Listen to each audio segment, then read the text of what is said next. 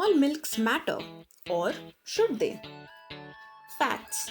Milk produced by animals like goat, sheep, yak, donkey, camel have almost the same composition. They have same amounts of protein, carbohydrates and calcium. They are all lower in lactose levels than cow milk. However, fat content is usually higher, therefore they are suitable for butter and cheese production without much processing.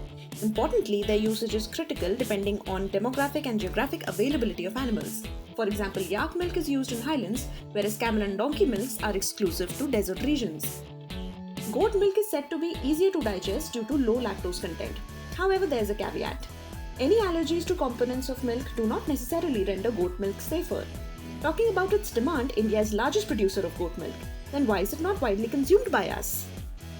One of the major reasons is that the supply of goat milk is lesser than the demand, and the rearers consider their cattle for higher profitable usage like meat, hide, and cheese production. However, it is getting popular especially in skincare products due to high vitamin A levels.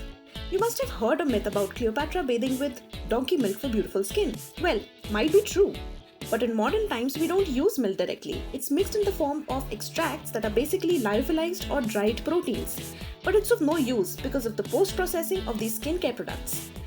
To increase the shelf life, other preservatives that are added ultimately reduce the benefit of milk extracts, if any. So again, as we say, it all depends. Whether you want to consume any type of milk in the form of different cheeses, apply it on your skin, or just drink it. As long as your body accepts and supports it, it's just fine.